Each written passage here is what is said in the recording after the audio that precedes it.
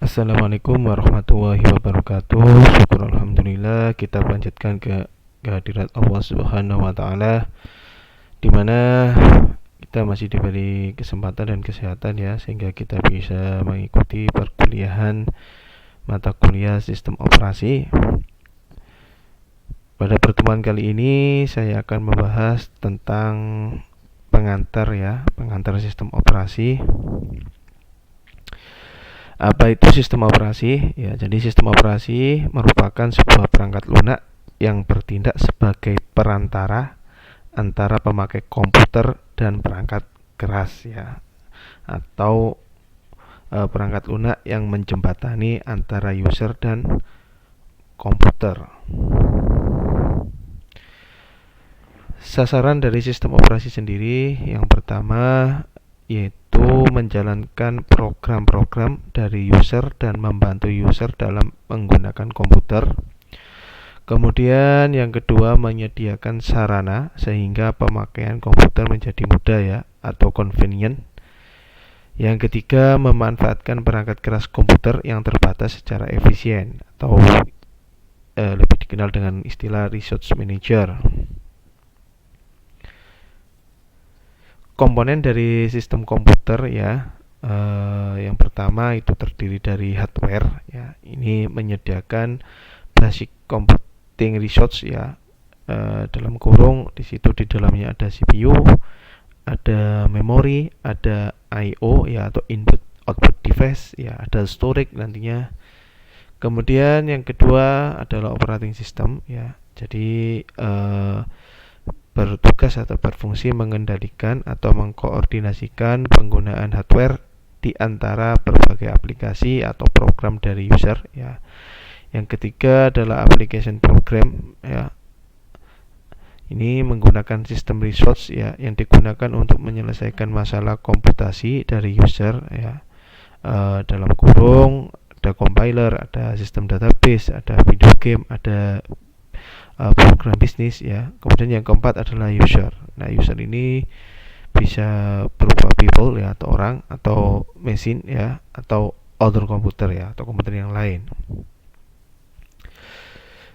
Sebagai abstraksi ya, atau gambaran dari komponen sistem komputer ya, bisa digambarkan seperti bagan ini ya, dimana bagian yang paling bawah ini adalah komputer hardware ya.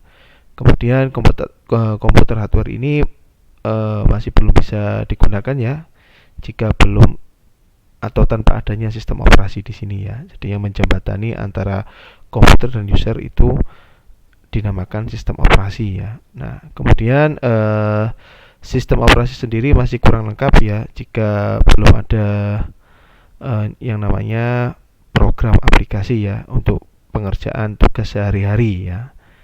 Nah, yang kemudian yang menggunakan di sini adalah user ya. Ini bisa berupa komputer, bisa berupa manusia ya. Ini adalah user.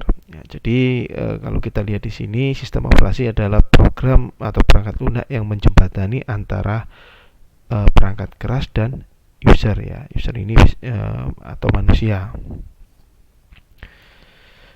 Definisi dari sistem operasi ya, yang pertama, sistem operasi bisa dikatakan sebagai resource allocator ya, karena tugasnya yaitu mengatur resource yaitu sumber daya. Yang kedua, mengalokasikan dan mengontrol pemakaian resource dari berbagai program atau aplikasi. Kemudian sistem operasi bisa dikatakan sebagai kontrol program ya, dalam artian mengendalikan eksekusi user program dan pemakaian sistem resource ya. Contoh operasi pada I/O device ya, untuk menjadikan handal, reliable dan terlindung. Kemudian sistem operasi sendiri bisa dikatakan juga sebagai kernel ya. Jadi sistem program yang berjalan atau ada terus menerus selama komputer itu aktif. Kemudian kontras dengan aplikasi yang di load ya, eksekusi dan terminasi. Atau kalau kita sering memegang Linux ya, sistem operasi Linux, kernel ini adalah program ya, sistem program yang selalu berjalan ya di sebagai background ya. Kemudian evolusi dari sistem operasi ya, mulai yang pertama ini dikenal dengan serial processing. Ya, ini dikenalkan pada tahun 1945 sampai dengan 1950. Ya, jadi pada serial processing sendiri ini masih belum berupa sistem operasi atau perangkat lunak ya. Jadi programmer juga ikut mengoperasikan mesin ya dengan cara berinteraksi langsung dengan hardware-nya. Jadi hardware-nya masih diutak-atik atau secara manual oleh programmer ya. Masalahnya apa? Adalah yang pertama adalah scheduling atau penjadwalan. Kemudian masalah waktu juga ya karena masih manual, otomatis antrian atau penjadwalannya akan semakin menumpuk jika instruksinya semakin banyak ya. Begitu juga akan berpengaruh ke waktu. Kemudian yang kedua ini adalah simple batch system ya. Ini dikenalkan pada tahun 1955 sampai 1965 ya. Pada simple batch system ini sudah ada sebuah software ya atau yang dikenal dengan nama monitor ya pada waktu itu. Cara kerjanya operator memasukkan daftar job ya, job yang memiliki kesamaan nantinya ya, yang dalam sistem antrian nanti akan dieksekusi secara bersamaan ya. Nah, dan di sini job dan mengatur antrian job dan secara otomatis menjalankannya. Masalahnya apa? Pada sistem PET ini masih belum mendukung sistem multitasking atau tidak bisa multitasking ya, atau menjalankan banyak perintah. Begitu juga untuk memory protectionnya belum support ya. Kemudian privilege instruction ya, ini juga masih belum didukung dengan sepenuhnya ya. Ini privilege instruction ini bekerja prosesor ya saat dijalankan. Kalau memori hubungannya dengan hak akses penyimpanan ya. Kemudian untuk yang generasi 3 ini ada multi program batch system ya. Ini pada tahun 65 sampai 1960 ya. Ini pengembangan dari simple tadi ini sudah mengenal prosesor ya, tetapi masih rendah ya penggunaannya. Kemudian cara kerjanya kurang lebih seperti ini ya. Jadi pada multi program ya, ini beberapa job disimpan di memori pada saat bersamaan ya, dan CPU melakukan multiplexing ya, menggabungkan ke job-job tersebut. Jadi job-jobnya akan digabungkan ya untuk diproses. Kurang lebih seperti ini gambarannya ya. Jadi ini sistem operasinya, kemudian ini adalah job-jobnya ya, akan digabungkan untuk dilakukan pemrosesan. Kemudian fitur OS yang dibutuhkan dalam multiprogramming ya. Yang pertama itu input output rutin dikendalikan dan diatur oleh sistem. Nah, ini sudah mengenai sistem operasi nih. Kemudian kedua memory management ya. Jadi sistem sudah harus mengalokasikan memori untuk beberapa job sekaligus ya. Kemudian ada CPU scheduling ya. Jadi sistem harus memilih job mana yang telah siap akan dijalankan. Kemudian yang keempat, alokasi dari I/O device untuk jobs dan proteksi bagi I/O device tersebut ya. Sehingga sistem akan menjadi kompleks ya. Karena kompleks ini yang di garis bawah ya, loop terus menerus ya. Akhirnya nanti ini kelemahan dari multiprogramming ya ketika terjadi loop. Kemudian untuk evolusi yang keempat ya dari sistem operasi adalah time sharing system ya. Ini memberi batasan waktu untuk setiap job, proteksi atau perlindungan data untuk setiap job di dalam memori. Nah, kemudian untuk time sharing sendiri ya, ini CPU melakukan multiplex ya pada beberapa job ya yang berada di memori dan disk ya. GPU hanya dialokasikan kepada job yang telah siap dan berada di memori. besar memori masih sangat terbatas ya. Jadi karena terbatas tersebut, job dilakukan swap ya, swap in dan out dari memori ke disk ya. Jadi digeser dimasukkan disk penyimpanan, kemudian dikeluarkan lagi ya, masuk ke memori, disimpan di disk, begitu ya. Kemudian komunikasi online atau interaktif antara user dan sistem. Jika OS telah selesai mengeksekusi satu perintah, menunggu perintah berikut bukan dari card reader tapi dari terminal user ya. Jadi online system harus tersedia bagi user yang akan mengakses data dan code ya.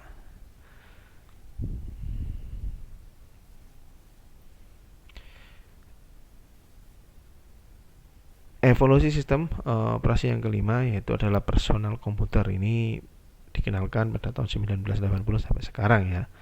Jadi memberi batasan waktu untuk setiap job ya. Cirinya kemudian proteksi atau perlindungan data untuk setiap job di dalam memori. Nah, ini untuk PC sendiri ya, sistem komputer yang dirancang khusus untuk single user ya. Jadi ini masih belum multi user ya, masih single user. Kemudian input output device, keyboard, mouse, display screen, small printer ya. User mendapatkan kemudahan dalam penyesuaian ya. Fungsi dapat mirip adopsi dari OS pada sistem yang besar ya.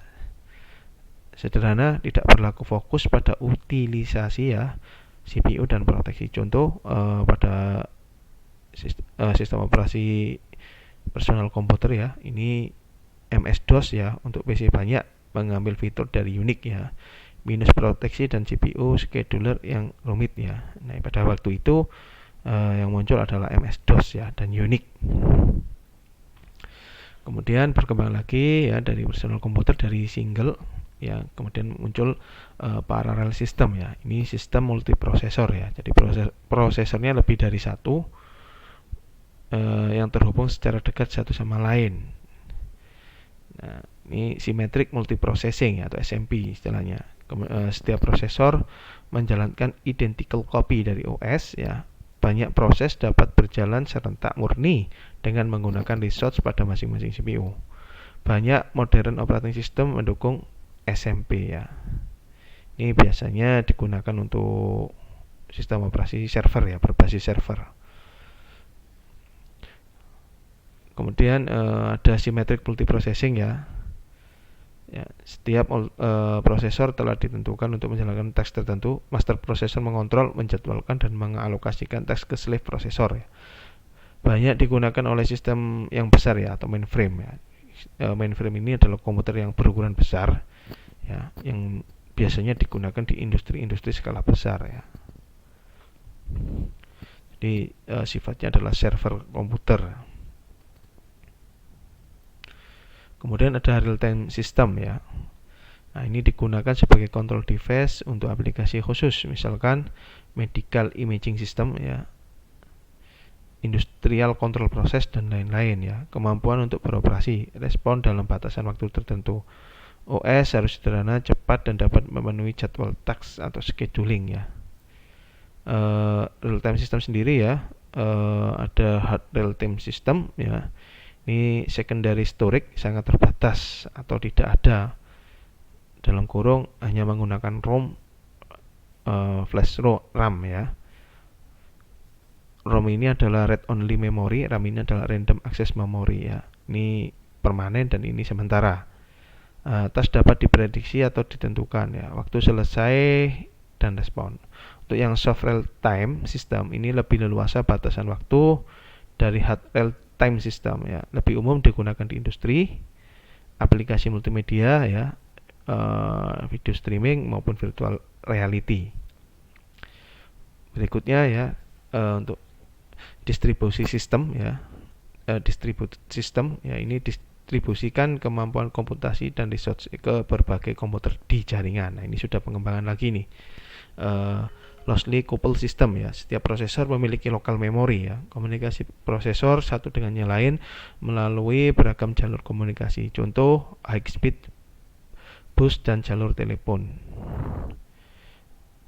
Manfaat dari distribusi sistem ya, sistem terdistribusi, resource sharing ya, waktu komputasi cepat ya, load sharing ya, reliability, kemudian komunikasi ya, membutuhkan infrastruktur jaringan ya, baik lokal maupun WAN ya.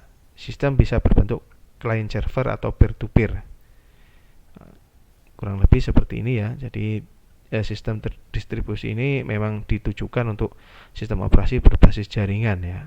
Jadi ada server, ada klien yang terhubung dalam sebuah jaringan. Kemudian ada sistem cluster ya. Cluster system ya. Clustering memungkinkan dua atau lebih sistem melakukan share storage ya. Memiliki reliabilitas yang tinggi. Symmetric clusteringnya, satu server menjalankan aplikasi sementara server lain dalam keadaan standby. Untuk symmetricnya, semua end host menjalankan aplikasi ya. Ini semuanya running, kalau ini bergantian yang asimetrik ya. Kemudian ada sistem handheld atau handheld system ya. Ini bisa berupa PDA ya, personal digital assistant ya. Ini dulu ada PDA, tapi sekarang sudah mulai ditinggalkan ya. Kemudian ada telepon seluler, ini juga sudah mulai ditinggalkan, sekarang kembali ke smart, artinya sudah migrasi semuanya ke smartphone ya. Bermasalahnya apa? Memori yang terbatas, prosesor yang lambat, display screen yang kecil ya. Nah, ini migrasi sistem komputer vs migrasi sistem operasi vs sistem komputer ya. Jadi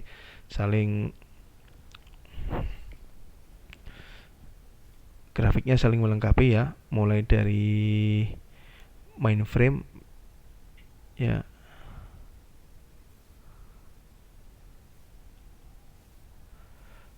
Ini mulai tahun 1950 ya sampai tahun 2000, grafiknya seperti ini.